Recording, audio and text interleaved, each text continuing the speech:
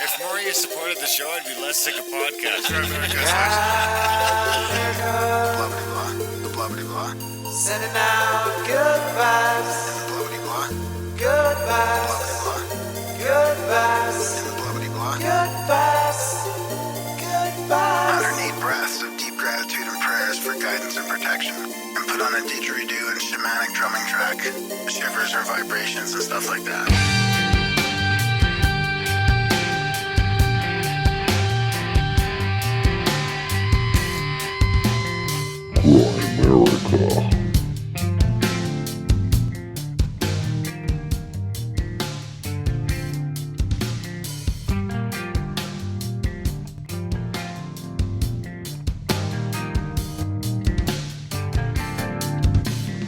Okay, guys, welcome back to the Grammaric Show. Coming at you this week with Marcell Foti, Italian guy? Italy, Foti? right? No, I think he's more closer to Eastern Europe there. More closer. More closer. I think I don't know if Poland. I'm not sure exactly. I can't remember. I'd have to look it up. I'm not going to look it up. But yeah, great chat. It was a weekend interview because, of course, across the pond. I mean, it's always hard to schedule these guys are 8 or 9 hours ahead of us. So It's a night. Sunday show day. What'd you think of it? It was good. It was fun. It was. We've been on a good trend lately for these types of shows, I think, that are mysterious, I guess, more than metaphysical. Yeah, he's done his own work, like using basically like tools. I want to make tools. Shit. Yeah, he's done his own research on this. Like he's sort of figured out how to melt, basically how to like create stone We should make a moai this summer. with Natron. We should have dude, that's a great idea. We should have like a mold and make our own like geopolymer moais. We got tons of room out here. We could make some. I was thinking a big giant one for the end of my driveway. See if we could make it seem like it was from Easter Island, you know? Yeah, exactly. Yeah, how close we could get it. So yeah, it was a fun one. And there are some videos. We shared some screens and stuff. So I've got a couple links in the show notes for the YouTube, the Rumble, and the Rockfin, where we also had video. The YouTube, the Rumble, and the Rock fan. That's how they get you. So what's new? You're back in the great Canadian prairies. Yeah. Were you last week? No, last week we recorded the show early so that you could travel. Yeah. So now I'm back in the prairies. Yeah, it's good. It's good. Yeah. I'm happy to be back at home in my studio at home and all set up. It snowed here today, and yeah, it snowed all weekend. Kind of snow, rain, a mix. Still pretty decent weather for February. You won't hear much complaining out of this guy. No, you won't. No, I'm sure people are pretty happy with the winter so far here in Saskatchewan too. We could use a lot of wet spring snow now. Could use a lot of moisture out there. It's pretty dry. You know, it's been pretty dry already, so they'll be calling it a drought for sure if it don't start raining. And we had a pretty good week. I mean, we had lots of attention from the Grammarica Outlawed show we did because of my confession, which I admit was not the first time the audience has heard it, and or you. I still did anyone find it? I mean, we had Brian from Australia offered $100 if anyone could find the clip of you mentioning this before. Yeah. I had one of my breasts lopped off in like in 1985 or 1984 or 1986. I don't know exactly what year it was. And these guys are saying I never talked about it before, but I did. I mean, I'm pretty sure I did. So anyways, that was a whole theme on the Outlawed episode from Grammarica Outlawed. And then what else happened? Something else happened. Oh, the John C. Dvorak jingle with the nut fisting. Yeah, that was quite fun too. Do you think everybody listens to No Agenda? Lots of our listeners listen to No Agenda. There was just a jingle at the end with my conversation with John C. Dvorak on nut fisting, which is like peanuts, not the other nuts, but peanuts fisting, like people on airplanes, how they eat peanuts. It's definitely worth clarifying that. Well, it was just disappointing to me because I was like, well, I eat nuts like that. And he would think of me like if I was beside him on a plane, he'd be disgusted by my nut eating. And that to me, it was like the most efficient way to eat peanuts with your fingers. And you're trying to get more than one at a time. Can you hear it? Normal. You're going to put them in your mouth. I mean, they're pushing together, they're spraying out, they're dropping everywhere. I mean, the most logical way is you take them, you let them sit in your fist, and then you shake them into your mouth. Now you take the nut bag, take the whole bag of nuts, the whole bag into your fist and shake them. It looks like you're jacking off. Oh my God, I'm one of those guys that you have been fucking losing your mind over. Take how many nuts you want in your palm, like just take the nuts in your mouth that way. And you get some salt in your palm, that's about it. That's the way you eat the nuts. Yeah, okay, that's good. Oh, John was such a good sport. He was awesome. That was such a fun show with him. I don't know. It was a good one. It was a good one. I mean, you went mini viral. Then, of course, our Adult Brain YouTube channel seems to be getting some traction finally. After I looked, our first video was published in February of 2023. That's when you published the what? Yeah, dude. That's when it's been a year. It's been. I should check the actual date. Now that you mentioned what Darren's talking about is Adult Brain audiobook channel. It's all our audiobooks. We're putting samples and stuff like that out there on YouTube to try and help with marketing and stuff like that. So I don't know. I can't seem to get the details. It won't give me the exact posting date. So it says 11 months ago on here. That's just really fast. I thought it was maybe like 6 or 7 months. I can't believe it's been that long already, but yeah, I would tend to agree. It seems like it's crazy. You know how I could find out real quick? I could click on the date in the reverse direction. Yeah, that's a good way to do it.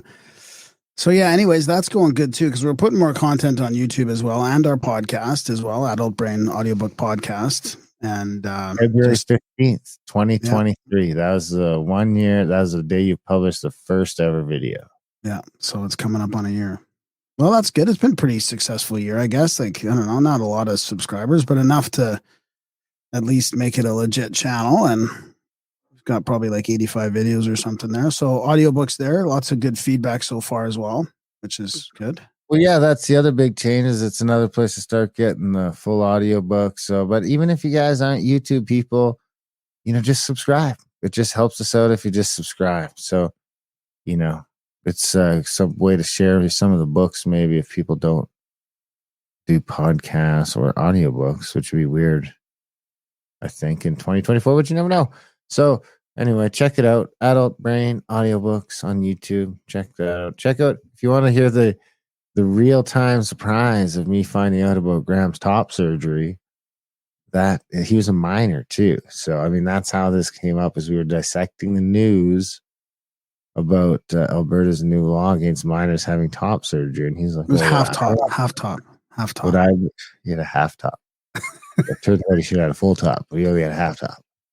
Anyway, have you thought about going back for the other half? I did, actually, because he should have fucking done both, and he didn't, So you had a double mastectomy just at different times? Yeah, exactly. I would have, yeah. Because he should have done both. He didn't, and he left. Now they're lopsided, right? They've been lopsided for 40 years. A non-consecutive non-consecutive double mastectomy. Not concentric, maybe, is what you're looking for. I don't know. Non-consecutive and non-concentric. Was it at the same time? I mean, how was it? Yeah. Let me take another shot at it. Who was your doctor? Did he leave his watch in there? I don't know. Hey, Dr. Nick. Yeah, let's cut the other tit off. See what happens. Can't hurt. Like that doctor in Arrested Development. Anyway, what else you got? How was the travel? You flew. It was great, man. On a direct flight. It was fantastic. And you know what? It was Air Canada, and I had a stewardess that was like 35 years. She's been doing it for 35 years, and she was great. And I noticed a big difference between that. Actually, usually like WestJet is way better than Air Canada, but I'm going to try going Air Canada more often.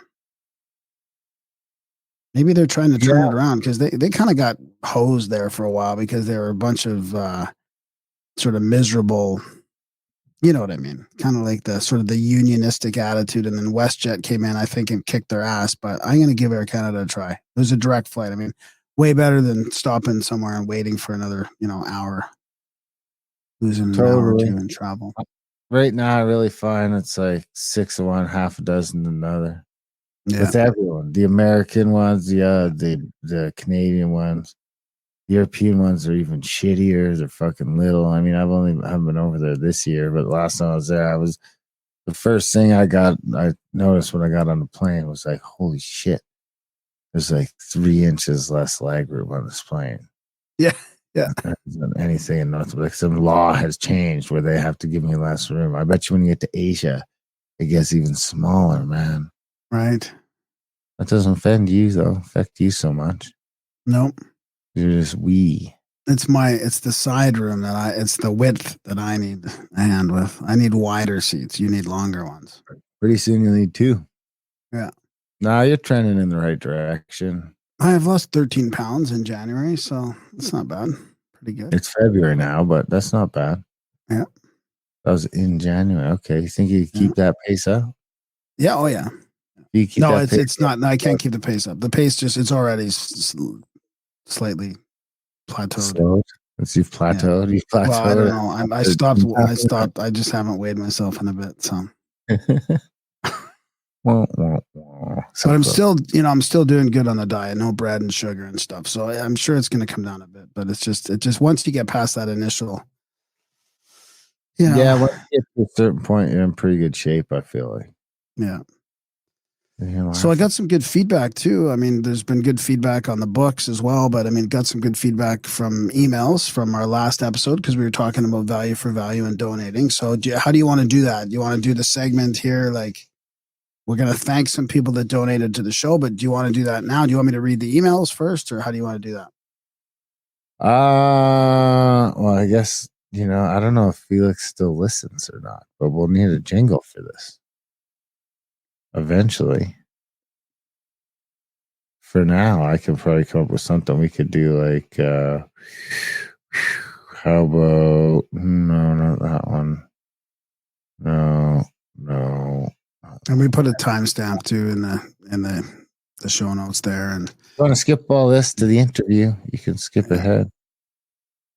I don't know. I don't know if I have anything. We don't need a jingle. Let's we can figure that out in a future app. But this is not necessarily related to that exactly, but I did want to read this email. It's from Dylan. And he says, I just resubscribed to Outlawed, found proof of Google censorship. You ready for this? Yes. Hi, love both shows. Just resubscribed to the Outlawed Plus content. Well, thank you, Dylan. I tried to use Google search for the Grimerica Outlawed website to resubscribe and found an interesting result. Searching Google for Grimerica Outlawed didn't return the website in the first 20 plus results. Eventually, there was a link to grimericaoutlawed.ca/news, quite a ways down the result list. Then I used DuckDuckGo, and of course, the website was the first result. So this is proof that Google is censoring results specifically to keep people from finding your website. I uploaded screenshots of the results to a random image host so I could share them with you. Anyways, thanks for the great shows. Sons of bitches. Yeah. I mean, why? What do we ever do? Well, because YouTube, right? I mean, YouTube's owned by Google and they've totally demonetized us. So demonetized. Support the show, guys, because we've been demonetized and because of stuff like that. I mean, it's getting tough out there, especially for a value for value show. You guys have subscriptions and this and that and inflations, and we get it, but we're getting the raw end of the stick over here. We got hosed on audiobooks. We're trying to get that going again. Well, we're not complaining. We're always excited about new this and that we can do now that we're out of contract that we were stuck under before. So exciting frontier. But right now, during this transition, we could use your support more than ever. It's not a free show. If you're getting some value from our 640 some episodes here at Gramerica, send some value back our way. What's it worth to you? Our thousands of hours of effort. Gramerica.ca/support. You decide. You can pay $1 a month, $2 a month, $10 a month, $50 a month, $100 a month. You decide. You just go to Gramerica.ca/support. You can put in your own number in the PayPal. If you go to Stripe, there's some different numbers all the way from 1 up to 100. You can pick one. If you want a different one, we'll make one for you. Or you can do a one-time donation on either platform or via crypto. Or you can send cash, whatever's clever. You can't send money orders. Doesn't work to send them from the US to Canada. So, or the postal things, because we don't have American post offices here. So we have to just save them up till we go to the States. So don't send those, but everything else. I mean, if that's all you got, we'll take it. We're not going to say no, but cash in an old book. Cash in an old book is always fun too. Always. So Gramerica.ca/support, guys. And of course, like we said, we will mention supporters over $100 accumulation or one-time donations of a decent amount. We'll mention those. Everything over $50. And we got an email from Grant already for some make goods from our OG supporters, don't we? Yeah. So this is Darren and Graham. I wouldn't mind a shout out. I started listening around 2016 after hearing the Gramerica show called out on a no agenda donation segment. I honestly don't know how long I've been supporting, but it was likely around 2018 with $3.33 a month, and around 2019 I increased to $9.99 a month on Stripe. My favorite interviews are Randall Carlson. After I heard him on your show, I started finding out about all the Randall I could handle. I met you, Randall and Brad, and the Snake Brothers at the May 2019 CAC, which is Contact at the Cabin in Pagosa Springs, Colorado, which happened to be over my 33rd birthday. Shout out to Cosmographia podcast. The Grimerica show helped me get through a rough time in my life in 2017 and 2018, and the information in the Rona times was invaluable. The small amount I've given is minuscule compared to the amount of thought-provoking and entertaining hours you've provided me. I'm wishing the best for you both. Thank you all for your hard work you've done over the years. Chip from Colorado. Thanks, Chip. We couldn't do without you. I mean, guys like you're the reason we keep going around here. We're sure to Scott Schreiber from Madrid. Thanks for the value from Madrid, Spain. $60. Thanks, Scotty. We appreciate it. Scotty Madrid. I never been to Spain before. You must have went. No, I want to go Spain and Portugal one day. And then we got 101.01 from from the pit from Phil, aka Sir Jeremy Chumfatty from Oakville, Ontario, Scandinavia. Jeremy Chumfatty. Is that it? Phil, aka Sir Jeremy Chumfatty? Chumfatty? Anyway, sorry. Big thanks to those guys for the support. And of course, everyone else who is on our monthlies. We couldn't do without you guys. Like I say, it's been down. These guys really helped pick it up this week. Keep that trend going. We did send out a newsletter. If you guys want to get signed up for the newsletter, America.ca/news, you go to Substack, America.substack.com. Get signed up for the newsletter. That's another way to support. Then you can support directly through the newsletter. You can sign up for a monthly or annual, or I guess we should mention big thanks to Eric Provenzo, who's the first person to sign up for as a founding member on our Substack newsletter. So he supports the show to the tune of $250 a year now. So big thanks to Eric. Not only that, if it wasn't for Eric, we probably never would have got into audiobooks. He was like sort of instrumental in us figuring out how to do that. Right. And me getting over my fear too. Like, holy. And now you're one of the best in the biz. I mean, dude, give us another 10 years. You'll be one of the best narrators of all time. Yeah, I would like to keep improving. Still feels a little weird, to be honest with you. Gramerica.ca. Your ex? My ex said I had a really shitty voice, right? She didn't like my voice. She hated my voice. So I'm still sort of trying to get over that. That should make you want to do it more. I've been growing my hair out because my ex used to call me a greasy haired fuck. big thanks to those supporters, you guys. Grimerica.ca/support. Sign up for a monthly, make one-time donation. Let us know. When you go over 100, we'll read out your note. And do your one-time donation. We'll read those out as well. And, we'll find something to give you guys cool when you get to a certain amount, maybe. We're going to do that wall the one time, but no, we never, ever got enough supporters. If people thought the wall just like fell off, it's because we never got to even halfway, and it became apparent that we were never going to get there. So that was after the censorship, that was after the PayPal debacle and the censorship.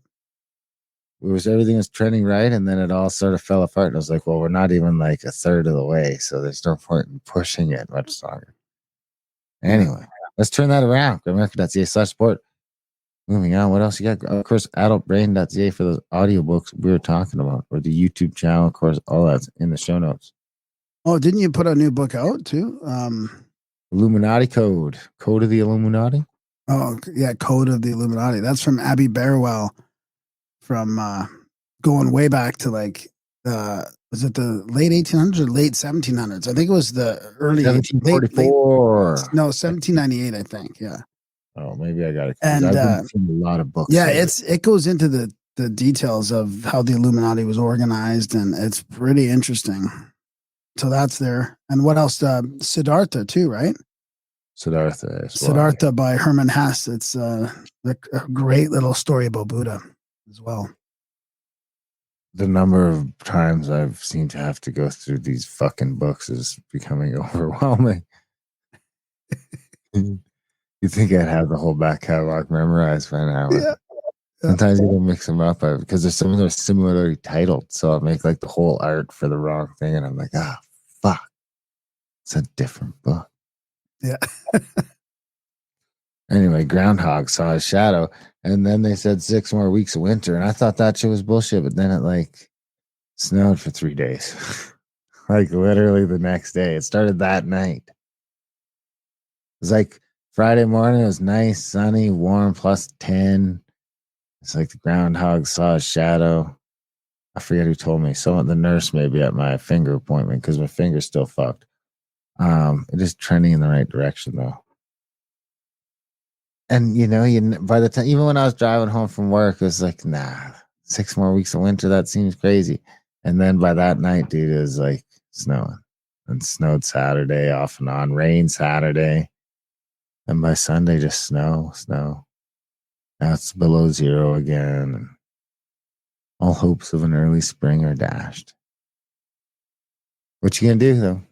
Well, nice. I don't think anybody hopes for an early spring in February, do they? I mean, March is kind of like when you start hoping for that. Yeah, but February, then it's like 0 in February for an early spring. Right. February's got to be in a certain spot to set up that early spring for March. You know what I mean? Because it doesn't go from -10 to +10 usually. Usually there's, well, sometimes it does, I guess. Who knows? So we do want to know if you remember about Graham's titty surgery, because Brian will pay $100 if you can find. He wants to hear audio proof of Graham mentioning this on the show. I too would be pretty surprised, because I don't see how this is something that I would forget about.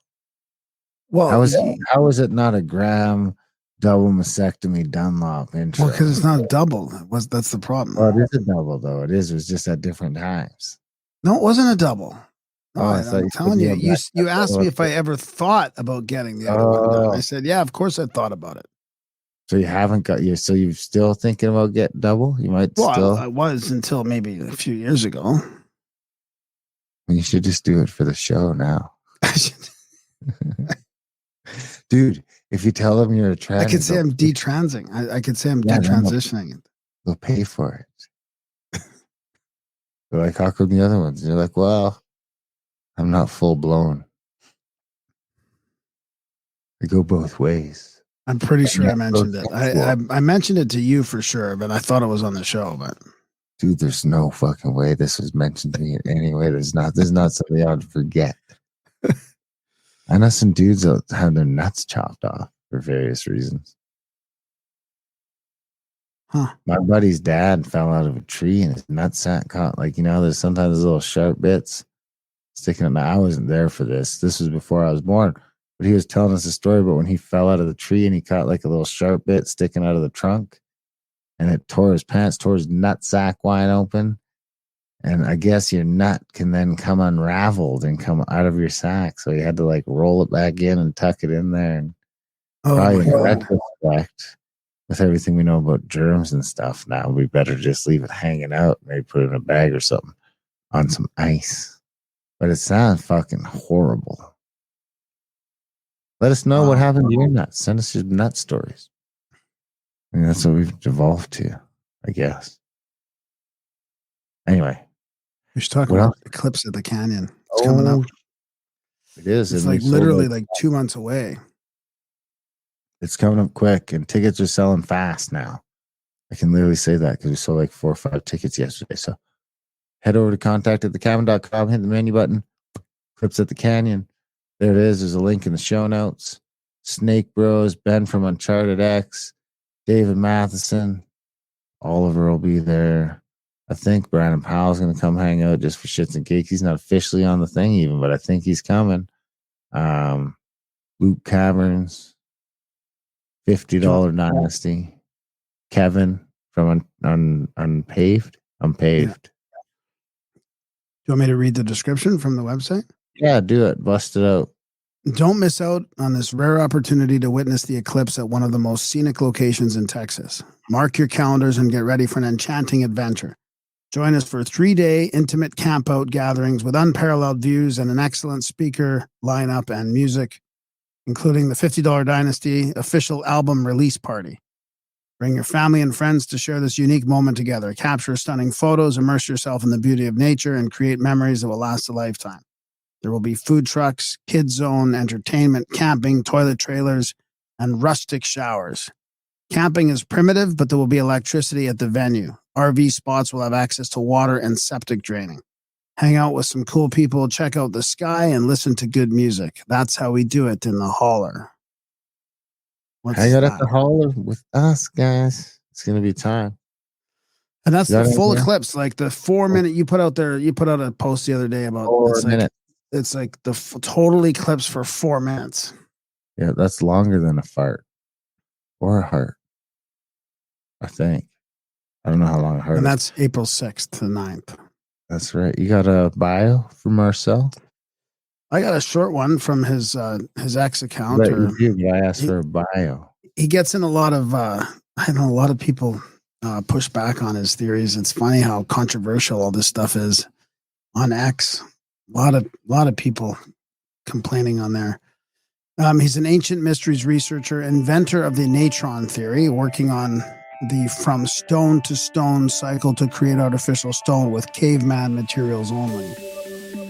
I've got a link to his Twitter and his natrontheory.com website that he just made for information purposes. There you have it, guys. Enjoy the chat with Marcell Foti.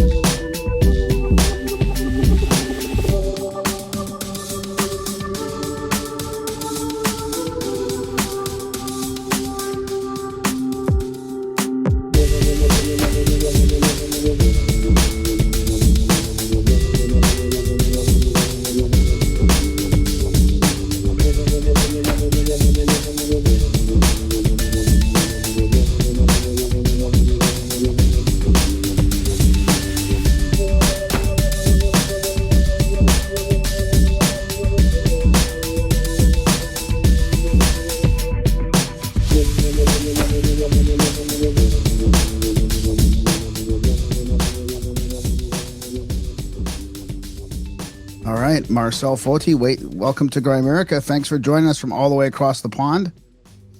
Thank you very much for your kind invitation. Yeah, this will be fun. I mean, I'm really looking forward to talking about specifically like the scoop marks and the stuff from Megalithic building. Like Darren and I spent some time in Egypt last year, and we've been sort of talking about this on and off for a while, and I thought, let's get you to come on and talk about your theory, your Natron theory. Right. So okay. it's going to be exciting. Yeah, where should I start? Let's start this way. Do you know Jeffrey Dahmer? Yes. So we had him on. Like, we met some people that knew Jeffrey on the trip.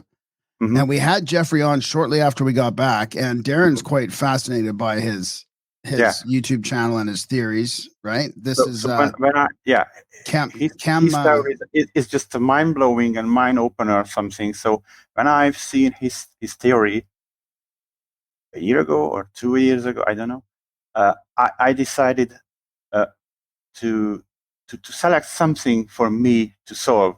The world is full of what's happening. Oh, hang on, I think I think you have something clicked in, and you got that background buzzing again. Really, right now? No. Can I continue? It's okay. Yeah. Just continue. Yeah, it'll be okay. I'll deal with it. It's blinking for me. Yeah, is it blinking for you? No, it's fine. Okay, so I thought I can select a mystery for myself to solve. And I don't know why I choose the scoop marks. I can't recall, but it was a very good choice, because when I started to work with that, it turned out that this mystery is at the beginning of a huge chain of mysteries that can be solved. Actually, the first version of my theory was not chemical.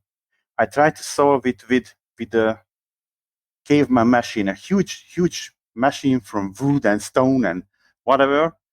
Because a mechanical device. Yeah, because I thought these scoop marks can be created with water. Okay. If you have a high enough pressure of water, you can create these. Yeah. But it turned out that 1,000 bars of pressure, 1,000, it's not that easy with caveman tools. So right. Then I switched to chemicals, and this switch was influenced by Jeffrey Dahmer. Okay. He told us that chemistry was a thing in ancient Egypt. So I switched to chemicals, and that was a real struggle to come up with the solution, which is Natron.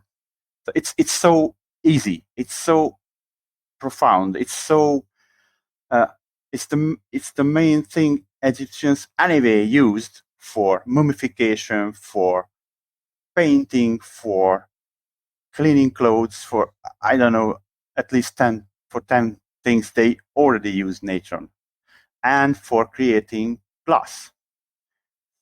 But there was this myth that granite cannot be how to say made. Not only made, but you cannot etch it with right. Yeah, you cannot etch it with acids and alkali because it's so strong. So it was a mental gate for me to go across and see what else can I use, and that was Natron. Before you continue, I just want to for the listeners and the watchers that aren't too sure what we're talking about, and if they might not have seen some of our previous shows, we're talking about these scoop marks that are on megalithic stonework all over the world. Like, it's not just Egypt, or it's in all these different areas, and it looks like something literally scraped the sides of these granite walls or stones, and some of it is even like it starts in a pillowy block formation, like in Egypt, and then there's some way they've sort of scraped or scooped this flat in a way. So we're going to try and focus on that and granite for a while, and then we'll see where it goes after that, right? Is it a good time to show a picture of this? Yeah, sure. If you want, sure. Yeah. Okay. And I like your new website you just developed. It's there. Yeah. Information, and you have it already. These are the scoop marks. Yeah. Yes. Yeah. And actually, it turned out that it can be created by heating the natron to some 851 Celsius, and it will etch. So what is natron though for people that aren't aware of? Natron is basically it's a salt. It's not the usual table salt. It's a different kind of salt.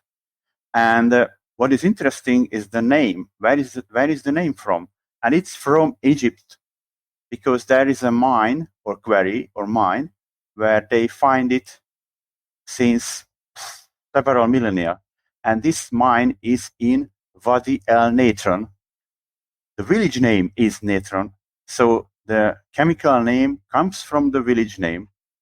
And it was like this for, I don't know how many thousands of years.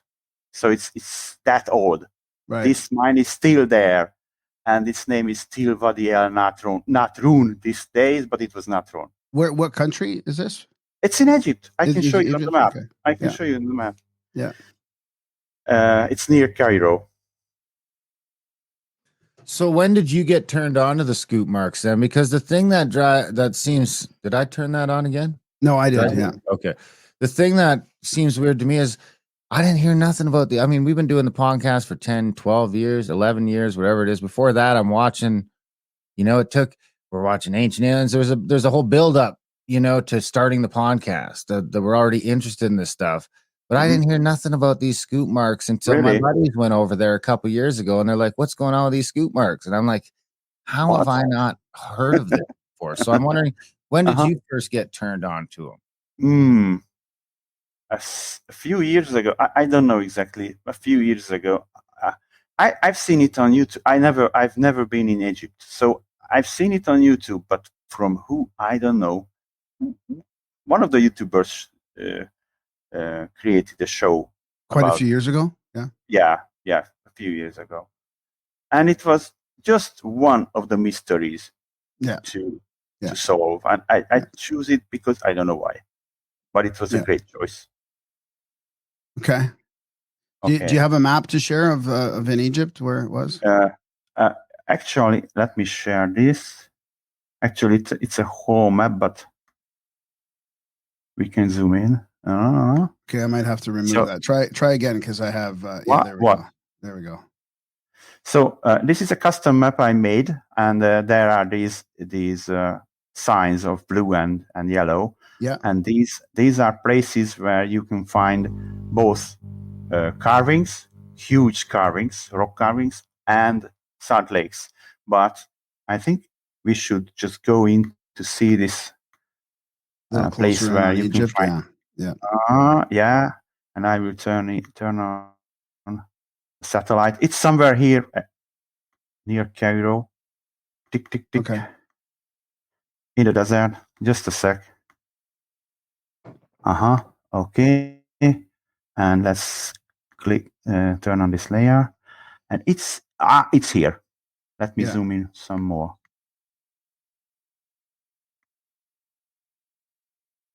Wadi El Natron. Can you see? Yeah. What?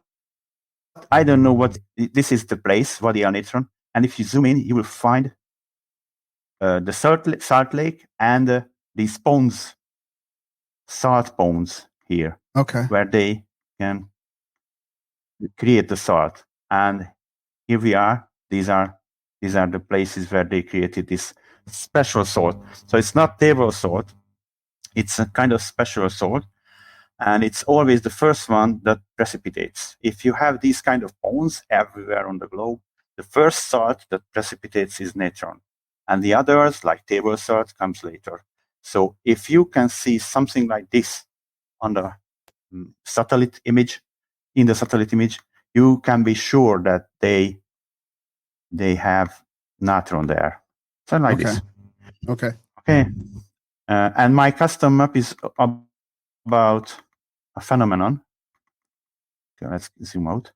Okay. That everywhere you go, it's Jordan. Everywhere you go and you find a huge rock carving site like Petra.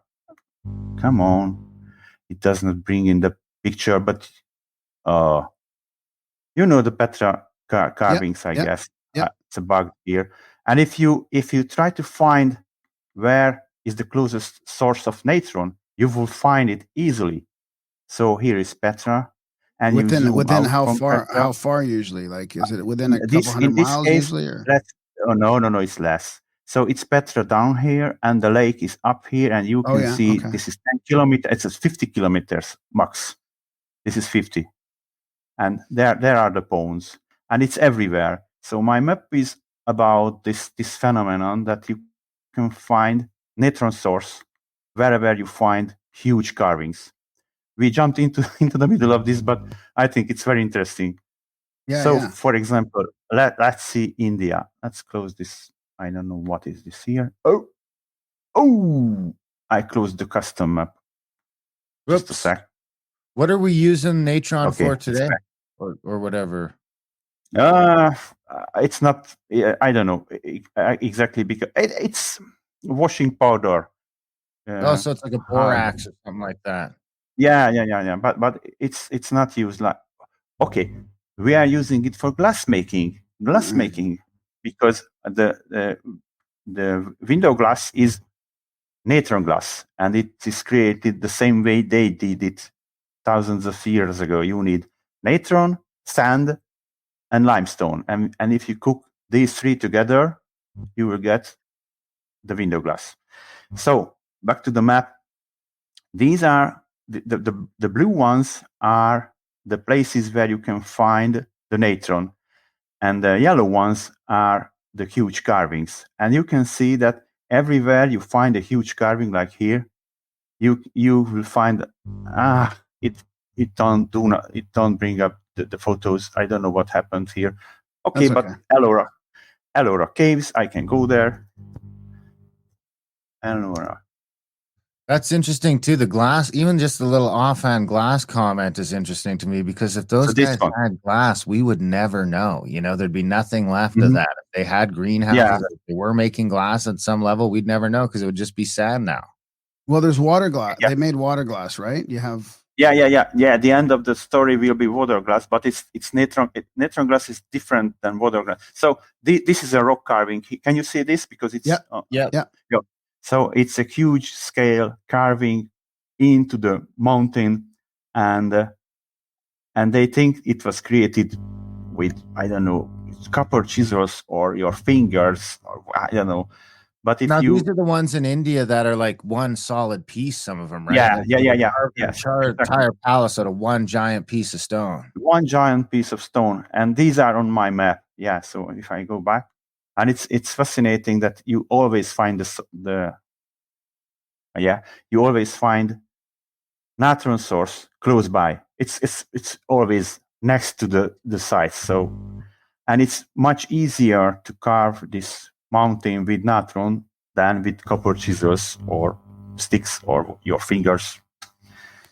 Can you do us a favor? Can you try switching your StreamYard mic to your computer? Okay. So just see if that makes a difference. It's the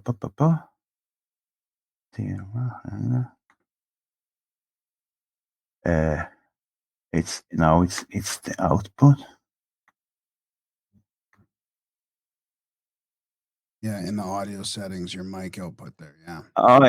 Yeah, but I cannot see the mic. I have to open it in the control panel. Oh, okay. You can't see your mic in the. You can't see the computer in your mic output. Okay, that's fine. I'll try another way. Control panel.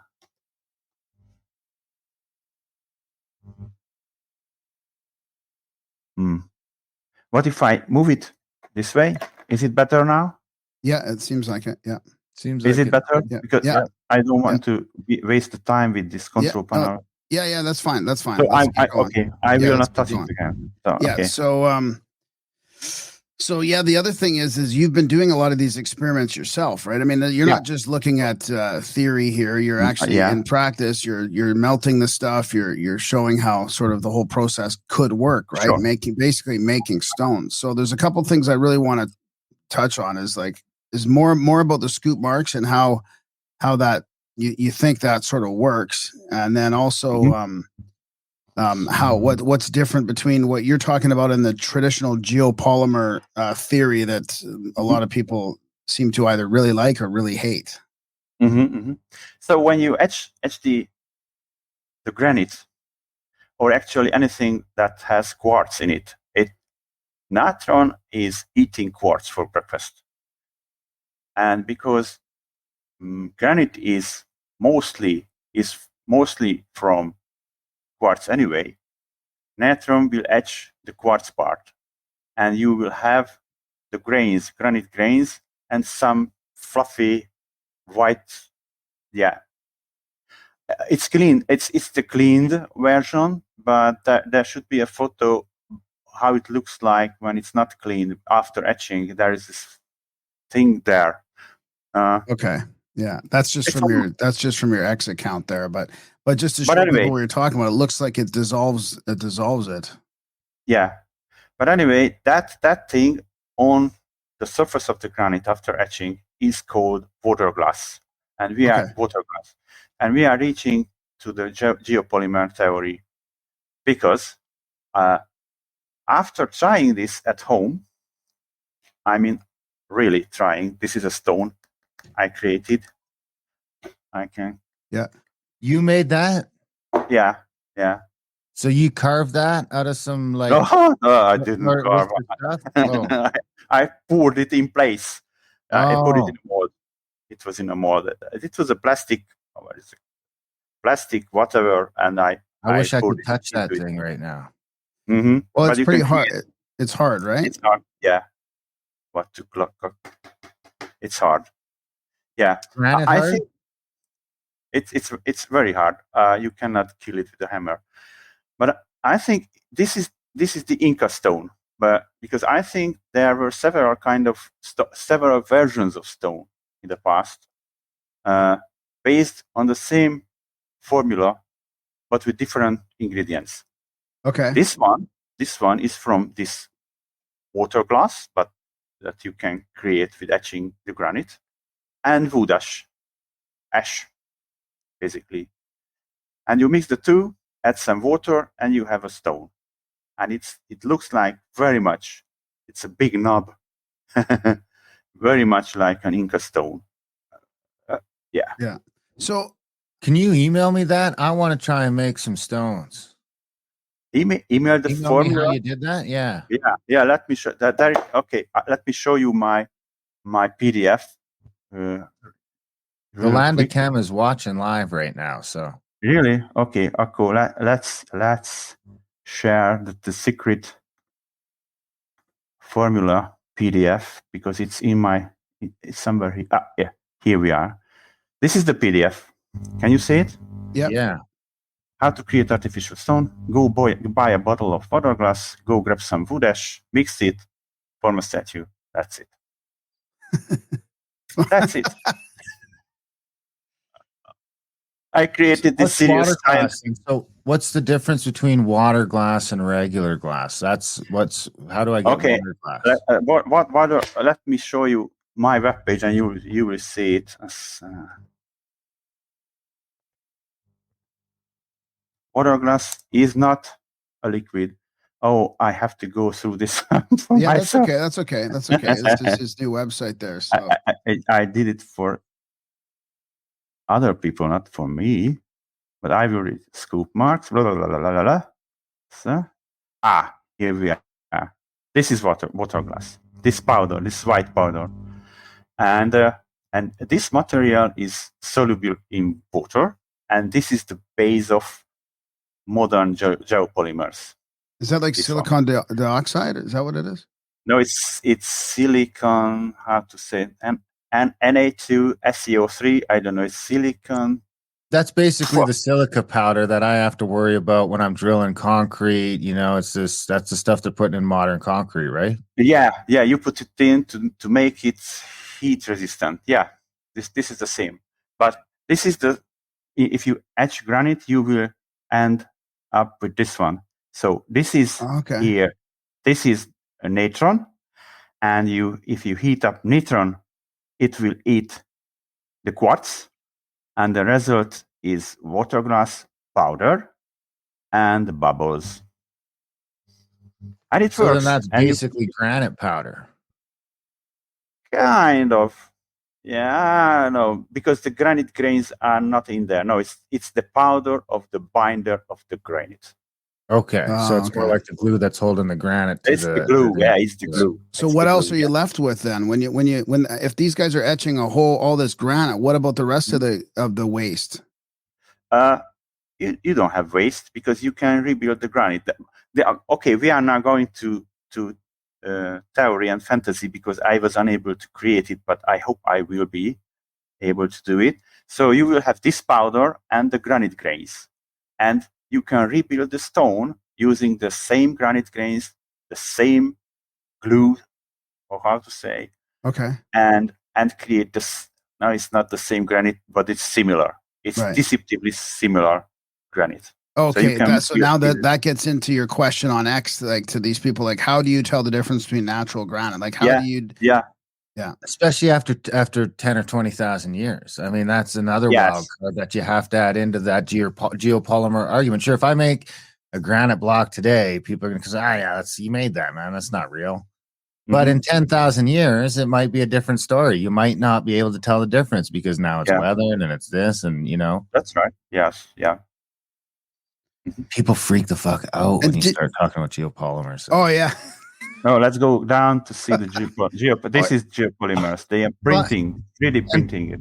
And part of that argument is that we've been to the Aswan quarry where we see the scoop marks where they were clearly trying to take out, or it seems like they were trying to take out that obelisk. I doubt it. Because if I go... Okay, so you don't think that was tended to be like a large stone that's going to be removed then? I don't think so. Can you see this picture here? Yeah, we can. You see the Can you see the color of the obelisk? Yeah. It's clearly different, and this is not different because it's carved. Because if you watch this part, it is also carved, but it's yellowish, and this one is greenish. So it has a distinctive different color from this angle. If you go down, so there is a certain angle of the sunlight when you can see this. Okay. Because this is the main question is like, it looks like to me that they're using some kind of process to scoop away this material, but then they're also using it to quarry what's left. And I mean, when you look at the pyramid blocks on the small pyramid, when you look at some of the blocks on the other things, they're left pillowy, like it's from the scoop marks, and then you're taking out, a scooped thing in its raw form and putting it up and then shaving off the outside. So, but I mean, I guess your theory would be that these granite megalithic blocks that are still pillowy are geopolymers. Yeah, I think they are. Yes. Yeah. And so why would they be pillowy, and why would they make them all different sizes? There's a whole bunch of questions here. I mean, this trying to get to all this time, can you show a picture right now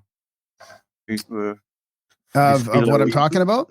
Yeah, for sure. Show that front of the front of the small pyramid there. Yeah, I'm gonna just open up my pictures from Egypt quickly. It won't take long here, and then I've got a folder here with let's see where.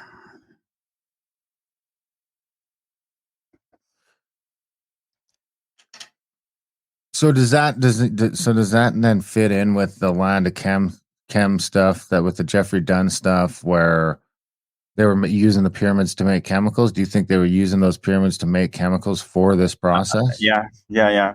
I certainly believe that. Yeah, it's a very good theory. So, meanwhile, you are looking for that picture.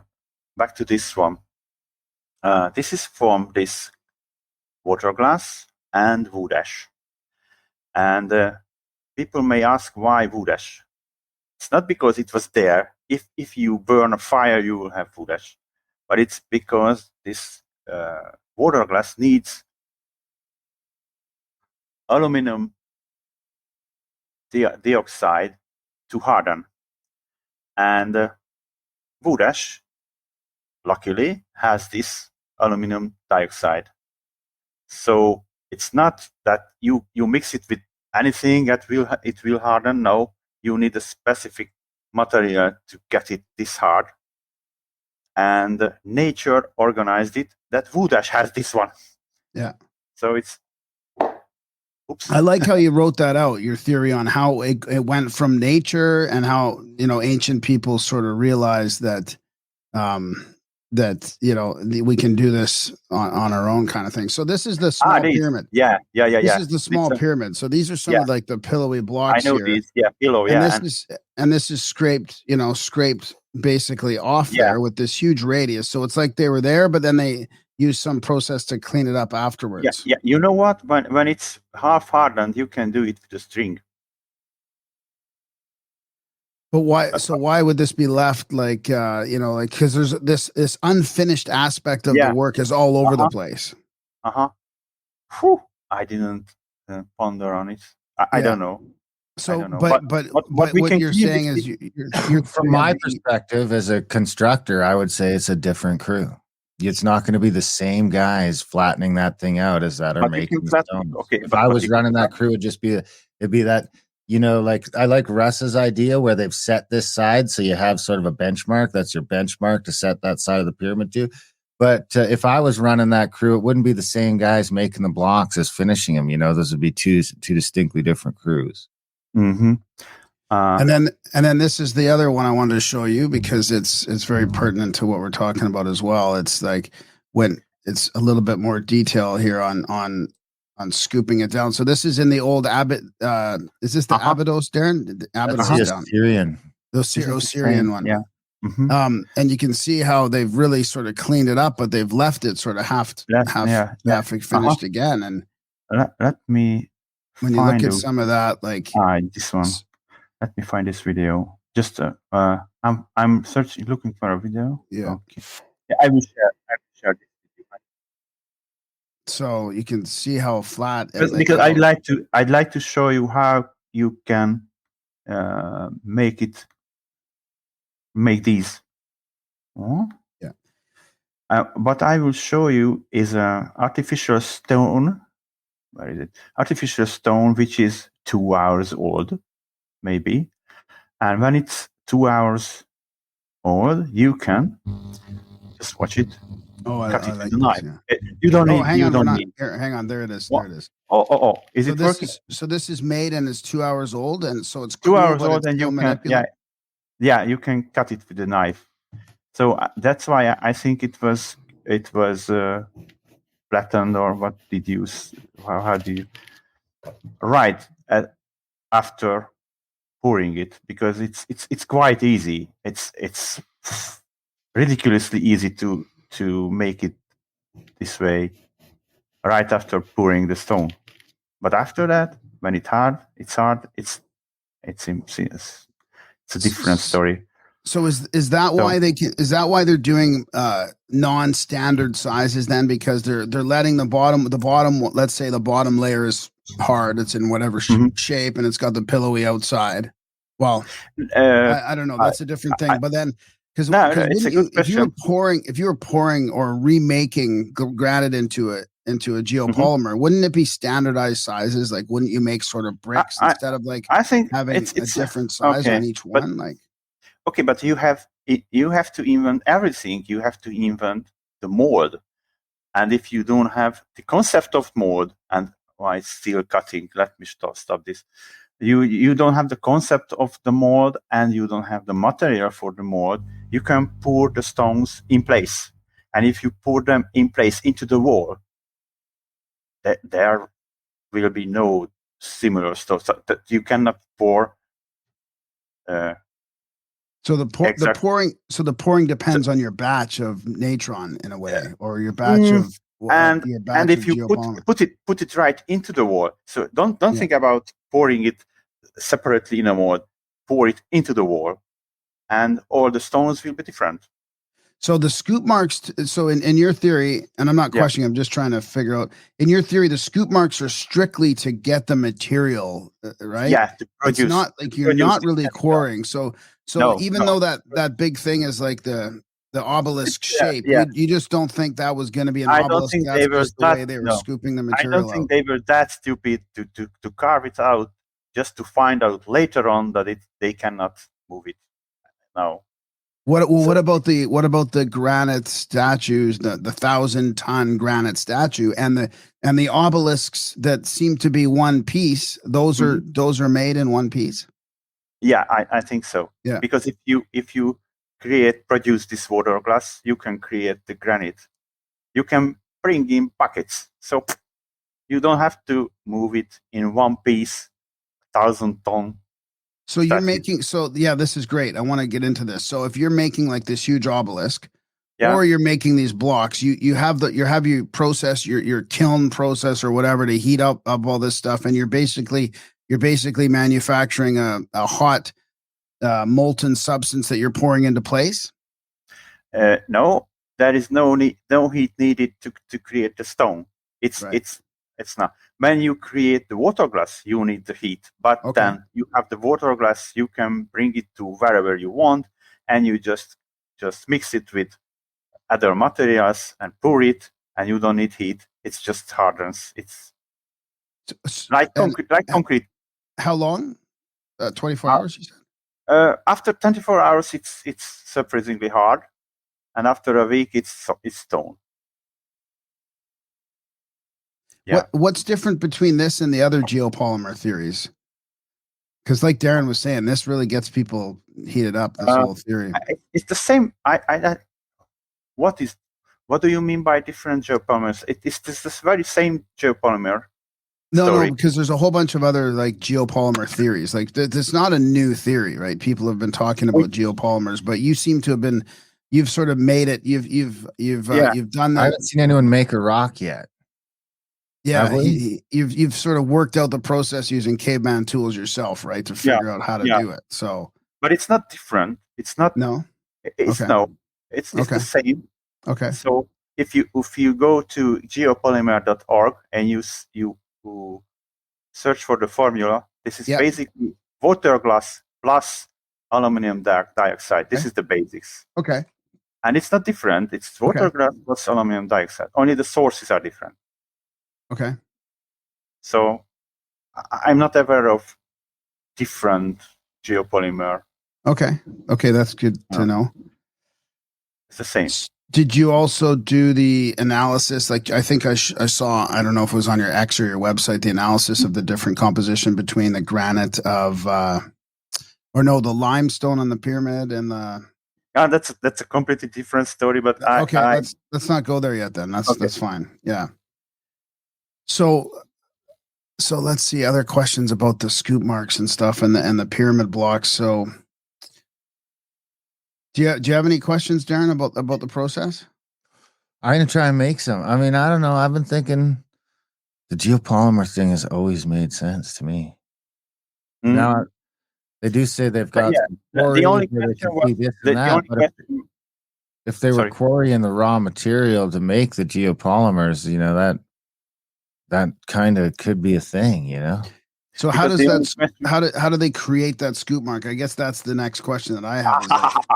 A very good one. Because we're trying to picture it in a different way because you're really just you're moving material to get the block. And to me, the nubs were like what was left. Like you were coring around the nubs, and that was like the last part holding the block in to remove it. But obviously, with your theory, you're not even removing the block; you're just removing the material. Yes. Okay, let's talk about this. How to create it? How to produce water glass? Let me find a picture. Here we are. Let me share it with you. And then I guess the other question would be like, the land of Chem, like, was Jeffrey Drum's theory like part of the pyramids making some of this maybe for the when we talked to Drum, we were talking about it for agriculture mostly. Yeah, this is a whole new idea on it, right? But I think it perfectly fits, because it's also chemistry on a very high level knowledge. So, as do you see this image with Egyptian people? Okay, at the bottom you can see two guys standing on something, books. We don't know it first. They are standing on books, let's say. and there is something in between them, and I say that it's amber, and below that, that's natron. Officially, they tell you that this is smelting metals, but if you look at it closely, they are pumping heat here. Let me show the next picture. Let's zoom out this way. So they are standing on food bellows.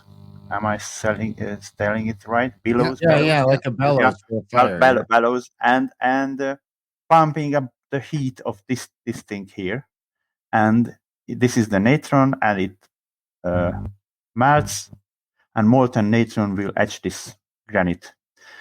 So the problem with this official explanation of this smelting iron is that if you do it on the floor, you have a slight problem with the molten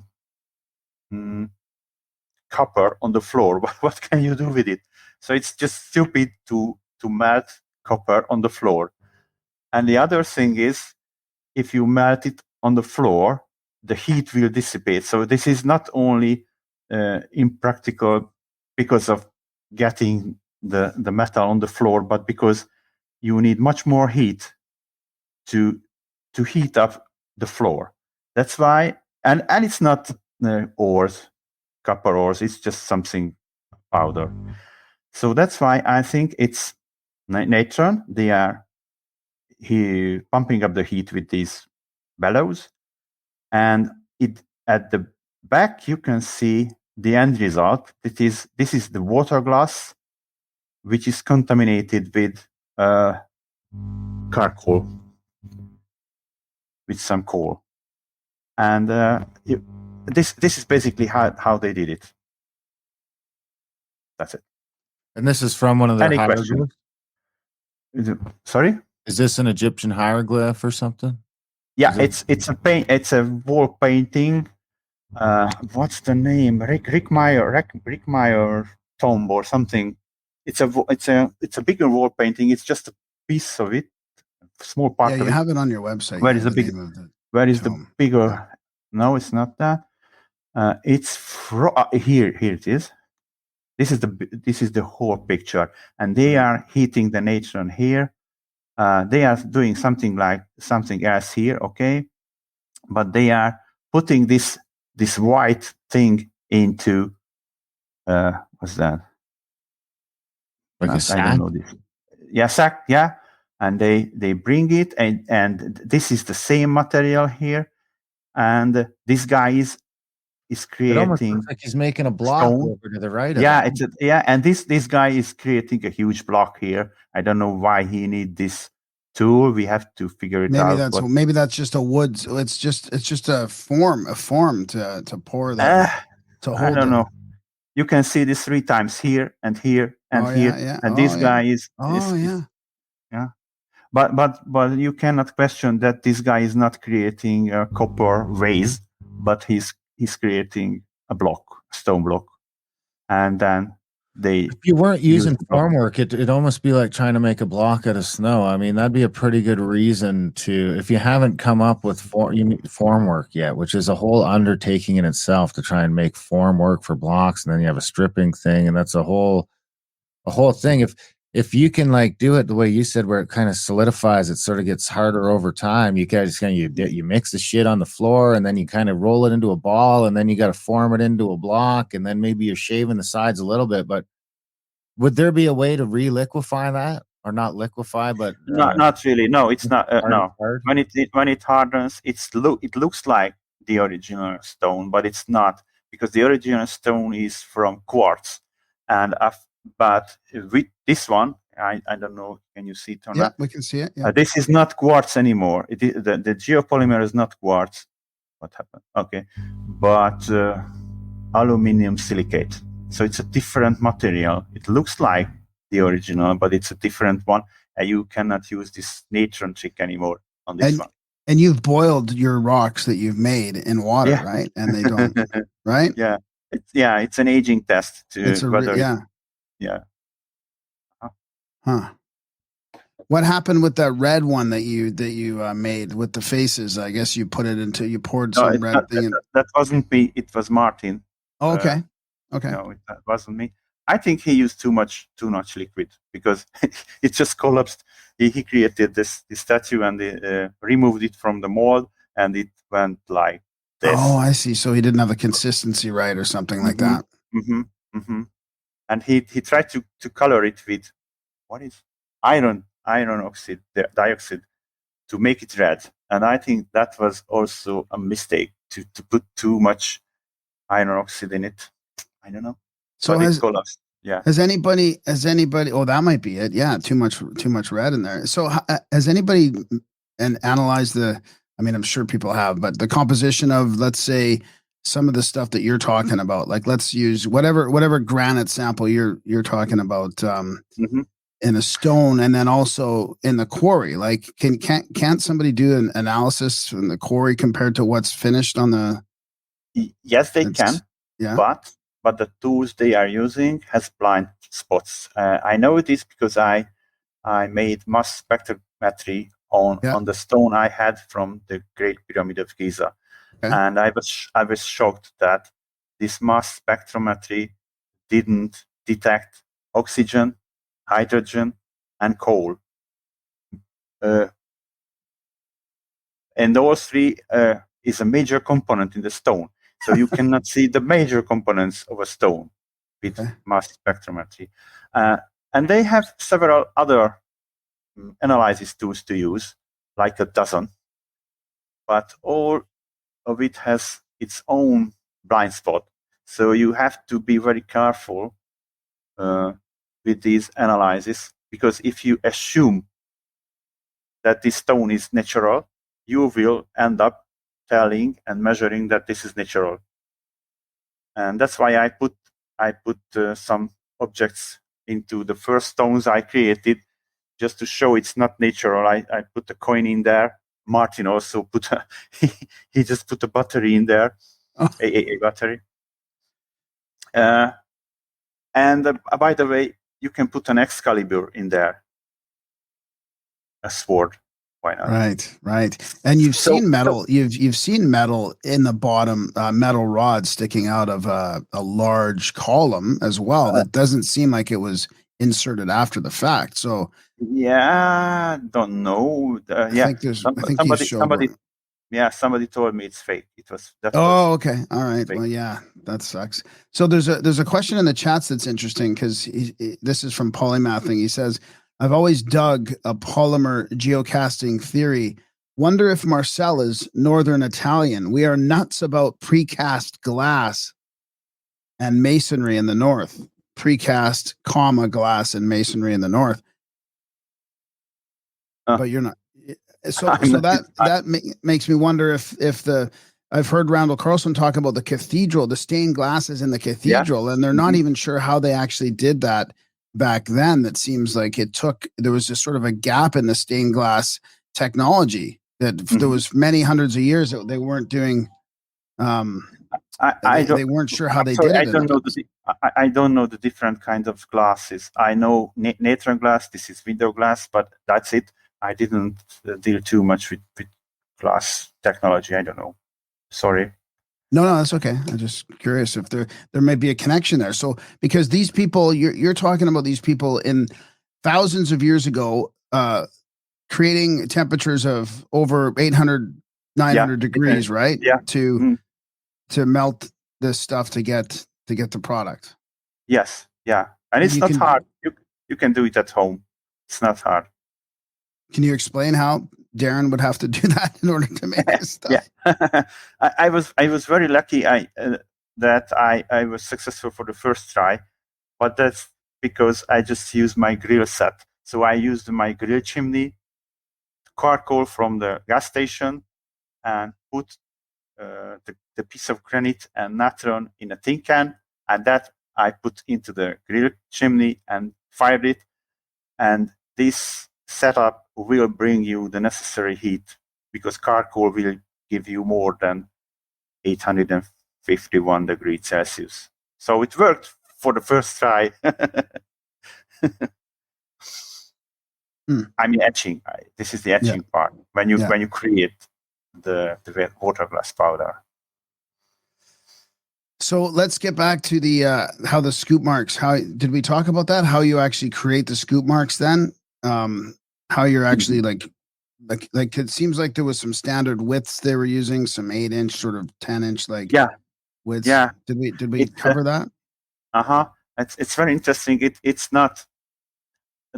I think that the size is 1 cubic. What's that? That is the name. 1 cubic times Square. 1 cubic. Square cubit. Yeah. That's a square cubit. Yeah, and that's why it's this size of 0.5 meter. But it's basically it's Egyptian cubit. So we are still looking for a piece of a frame from copper, I guess, which is this size, this 1 cubit times 1 cubit size, and you put it down on the granite, and you put natron in it, and you put charcoal on it, and you fire it, light it, and you use these pumps, and it will get. I will try to create a scoop mark myself when it's not that bloody cold outside. Now it's minus 10 outside, so it's but in the spring or summer I will create one. Is there any evidence of the Romans doing this sort of thing? I don't know. Because it does seem like there's. I think the technology was already forgotten by then. When I look at the Roman stuff, it seems like there's almost like a couple different layers of that, like the latest Roman stuff looks pretty shitty compared to the early Roman stuff, which looks shitty maybe compared to some of the Greek stuff, which looks shitty. There seems to be like a breakdown where they kind of still knew what they were doing, but they weren't doing it as good. Yeah, I think the technology was already forgotten. And I have a theory how it become forgotten, because you need a lot of wood to do this.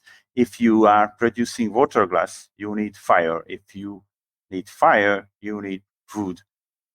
And I think they just cut down the trees. I mean, the Egyptians. That is this known fact that the first pyramids were the best quality, and after that, everything was just going down. What if they just cut down the trees in circles, and the circle was so big then that they had to finish this industry, and they have forgotten it. And they need the trees for the. They need the trees for the ash.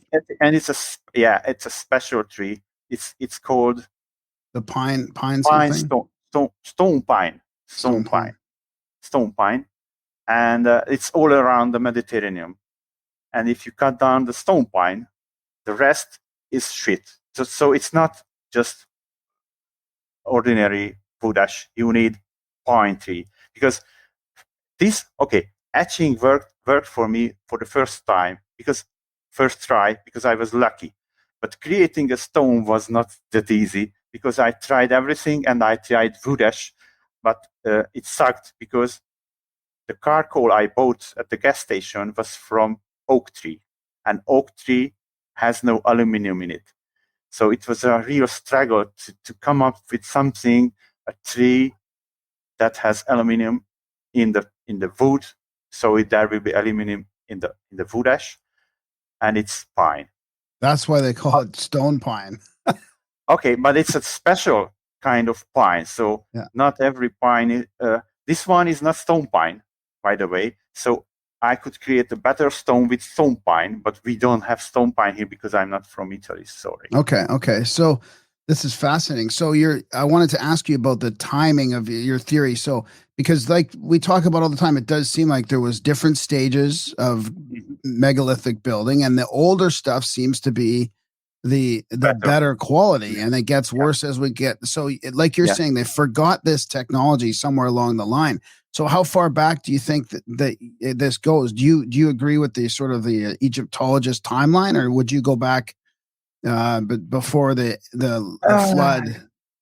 before the flood. 12,000 years ago, you know, okay. like before the Younger Dryas kind of thing. Okay, if you just let's not talk about the pyramids because I don't know, but there are other stones where you can say it's much more older, much older. What's the name? Obelisk. What is he holding? Obelisk on his back. Menhir. Menhir, yeah. Menhirs are much older, and I think they can be they can be several thousand years older, menhirs and dolmens. I'm not saying Egyptians were unable to do that because there is this wall painting. They are doing that. So I cannot say that Egyptians were unable to do that. If you have a wall painting describing, they are doing that. So do you think that the menhirs then were also geopolymers going way back then? That could have been the and yes. because you sort of you have a vision in your head about how like this would happen naturally as you're building fires and you're putting out fires. You would create this and then start realizing, hey, there's something is being created in our fire pit. Yes, yeah. This is. I think this is the way to inadvertently invite stone, is to make a big fire and you have to put the fire. You sprinkle something to put it out, like you would throw stones or dirt on it to throw it out. Sprinkle dirt on it, and you lit it again, and you kill it again, and you will have a natural mixture of something. The same, you will have water glass in place and wood ash in place automatically, magically. Right. And then comes the rain, and you have the mix and the water, and you have this thin layer of stone where the fire was, and you can realize that that is a stone that you didn't put there, so somebody else put there. It was God, or if it's not God, maybe the process created this thin layer of stone. And you start repeating the process, lighting the fire, sprinkling dirt, let the rain come in, and after that, you have a huge stone emerging erecting from the soil. And then, of course, what you would make was a dolmen or a little tiny house, if you could. Yeah. For protection. I mean, yeah. So if you know that there is this inverse candle that can grow up from the ground and it's a stone, you can try it in a shape in a frame. Lit the fire, put the wood, lit the fire, sprinkle the dust, and do it. Rain comes, and you have this huge block of stone you created by this easy technology. Yeah, deliberately creating the stone, and I think it's just a theory, but I think it's worth pondering that the dolmens were created this way, because you always see this kind of pancake stones. They are from these rectangular or not so rectangular pancakes.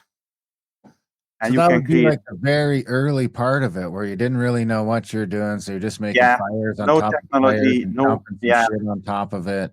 Yes, yeah. That could be maybe even like standing stones, right? I mean, I haven't looked at them, so I don't know if they exercise the same, or if they show the same sort of signs. But so there's a bunch of things around the world where there's just shitty stones standing up straight. They're not like cool. I mean, they're meant to be obelisks, but they're not there yet. Mm-hmm. So it's a mental process over the years and over the generations to figure out what's happening, and you reach this level of creating artificial stone over thousands of years. Or just one man tries to figure it out, and he creates the first very good quality artificial stone. I don't know, but it seems to be more plausible that generations after generations after generations doing the same thing, they fine-tune the process, and after that they will have dolmen, pancake stones, and then they invite bricks, for example, because brick is a concept. It is a human concept as well. Why didn't they use bricks? Because it was not invented. Oops. You have to invent bricks as well. Before that, you have to invent molds. If you don't invent molds, you just pour the material into the wall, and you will get these different shaped stone walls.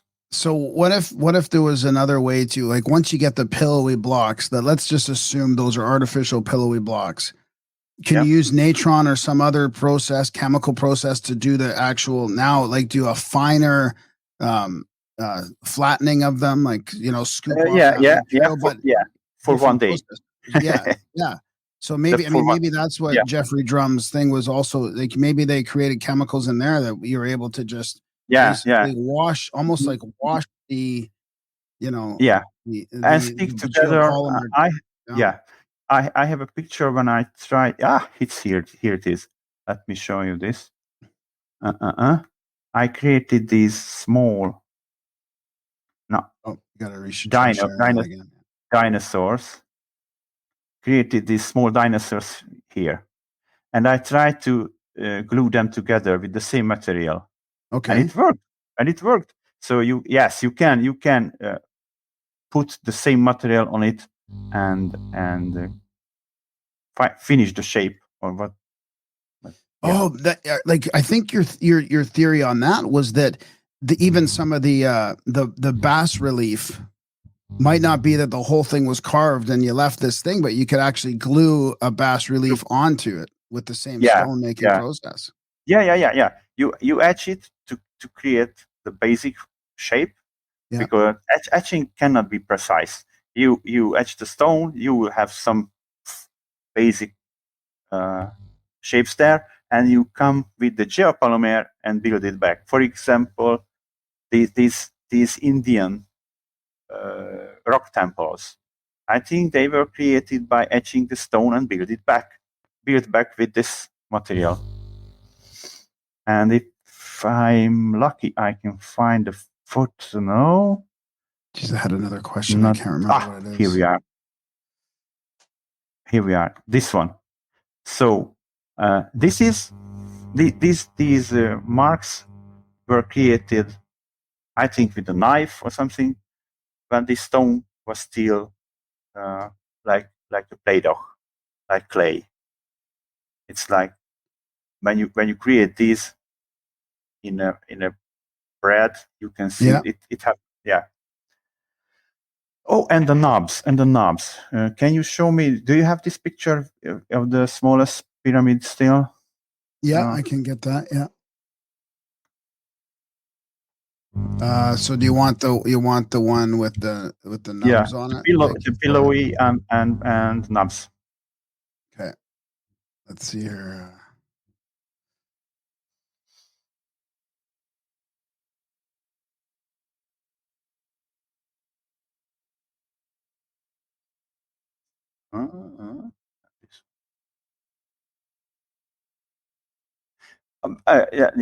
That one. One more. When you clearly see the knobs. Yeah, I don't know if the nubs are on the small pyramid as much as. There they are. Yeah. As you can see, all the knobs are at the bottom.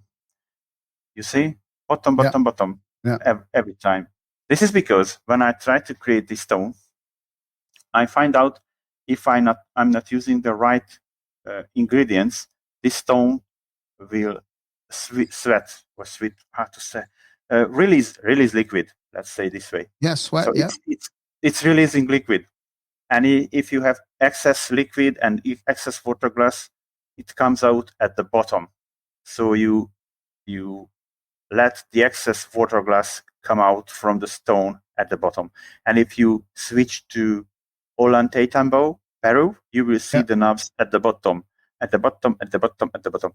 And this is also part of my theory that if you see a knob, it tells you that that part of the stone was at the bottom when the stone was created.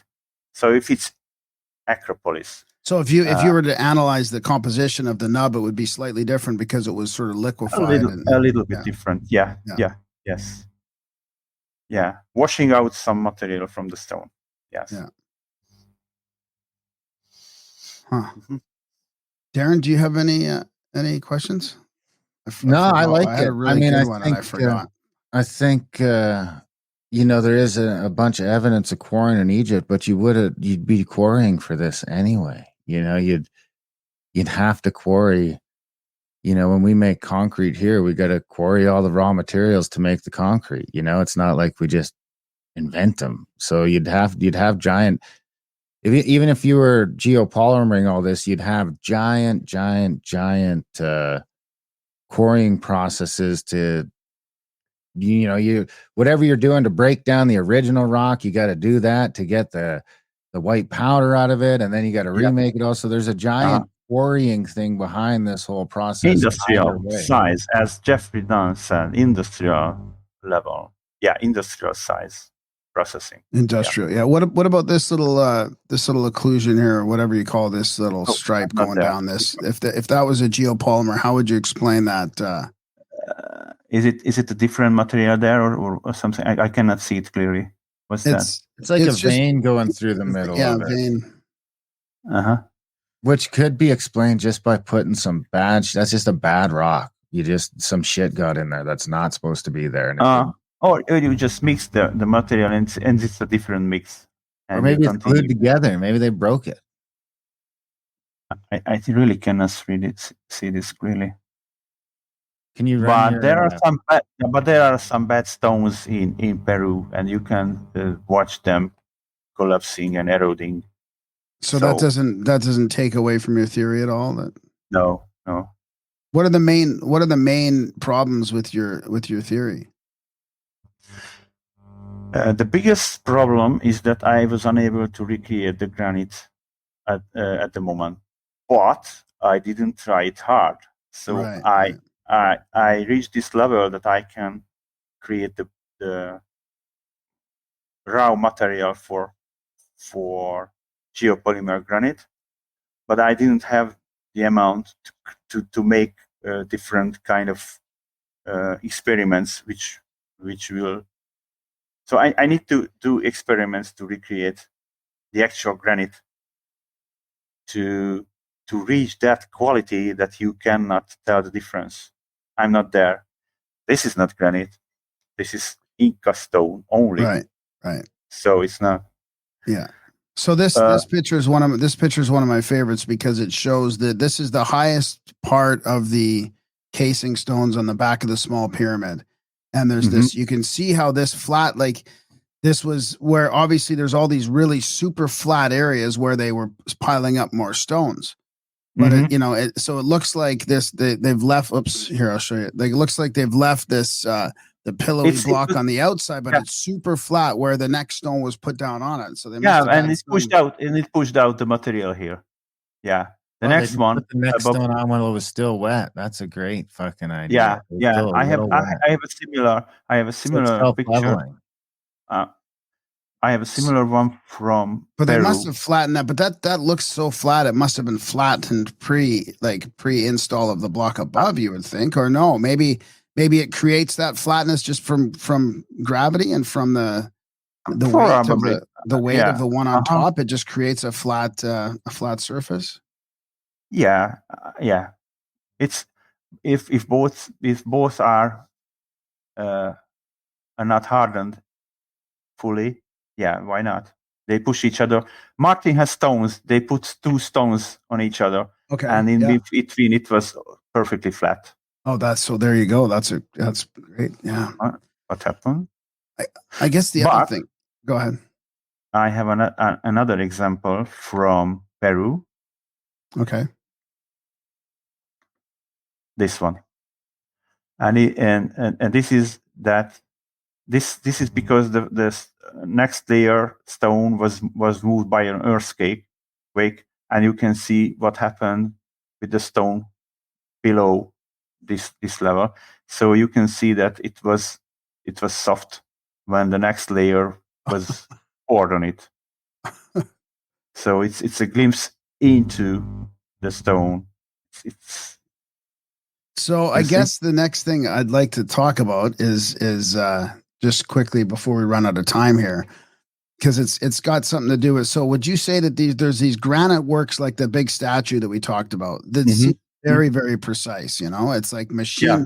There's theories that this has been machined, like this granite block, which nobody in the mainstream, there's no explanation for it, but this granite box, it's very, it looks very precise in there. There's holes in it.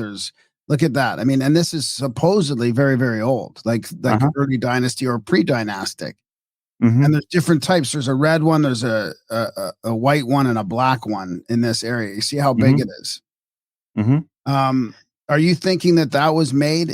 How would they make precise granite stuff? So not just pillowy blocks, but now we're talking about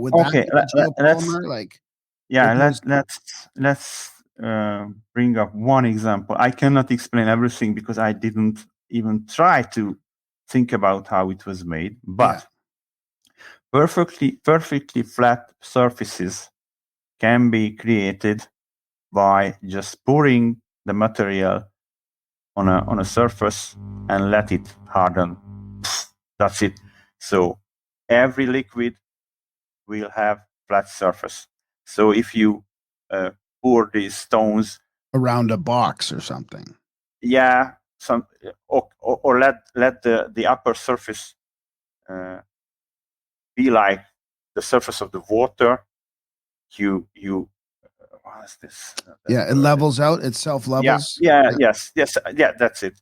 You can create perfectly flat surfaces.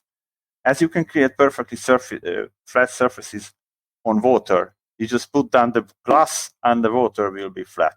That's it. So if you have a little bit more liquid in the mixture, you can create perfectly flat surfaces. And you can glue them together. I showed you with the little dinos, you can glue them together. Yeah. So I have no problems with this. My problem is that there are machine marks, tool marks on some of the boxes. Right. When is it?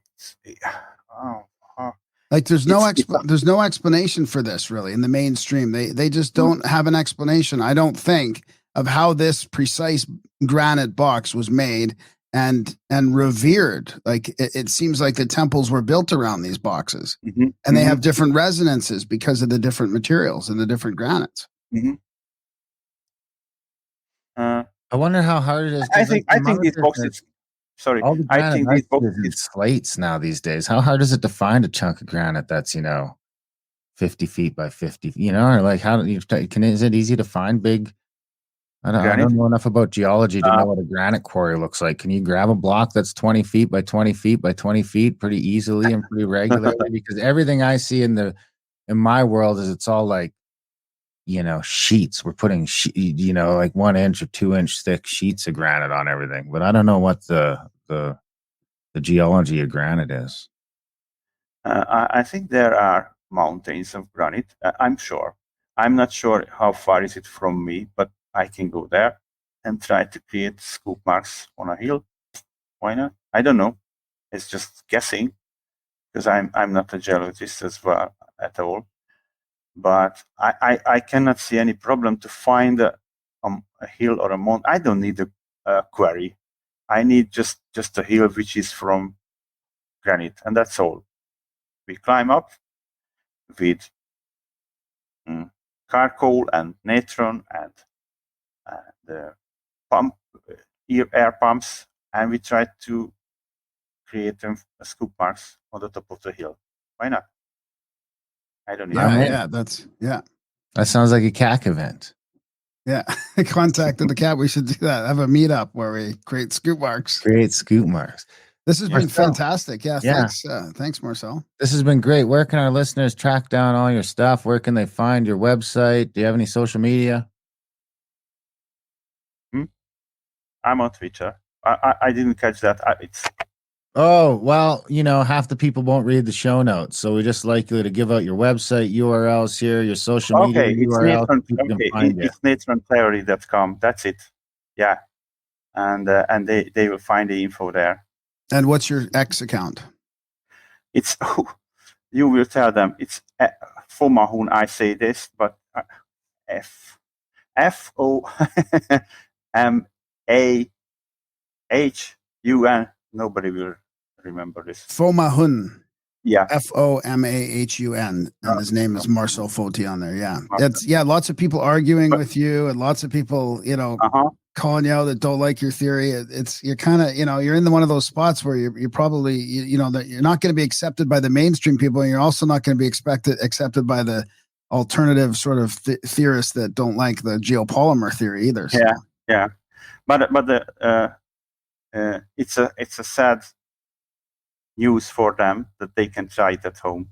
So they can question everything, but they can also go to the backyard and try to etch granite, and it will work. And they can mix the water glass with wood ash. I would argue that gives more credit to the ancient people than fucking carving blocks out. I mean, I don't know. Some people might think, I'm sure they had great stonemasons, but this is, if you're making chemicals, this is not far off of that. This is a real sign of high society, more so than all that sort of stuff, Mm.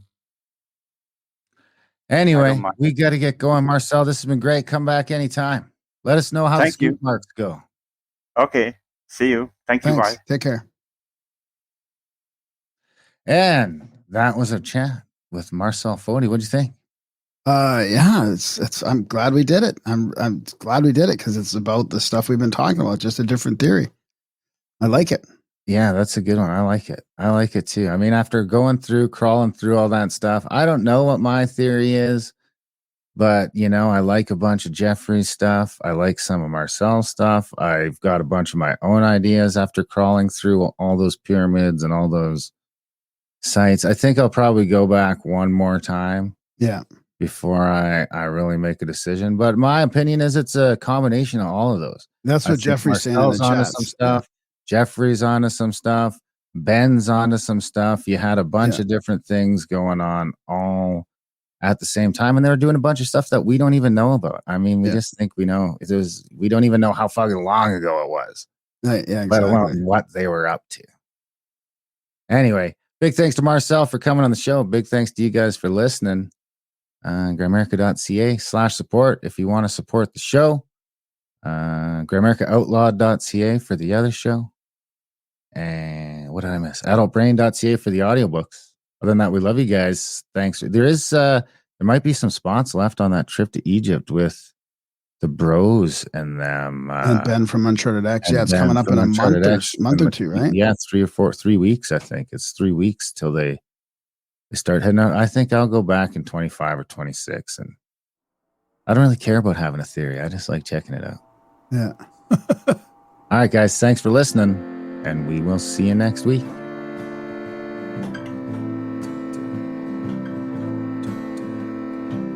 Somehow I built a rocket ship out of the stuff dreams are made and popsicle sticks. Please look at my rocket ship schematics. Tell me you can fly to the moon. Tell me I'm not a lunatic.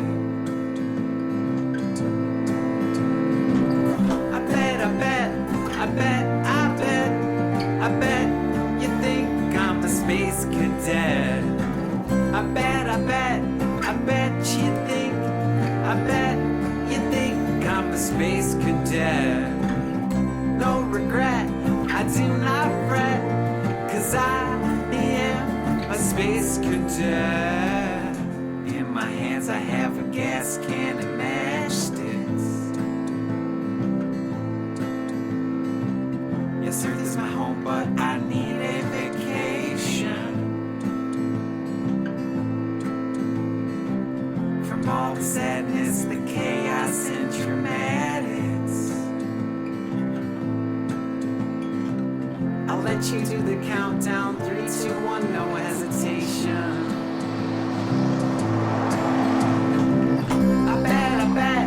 I bet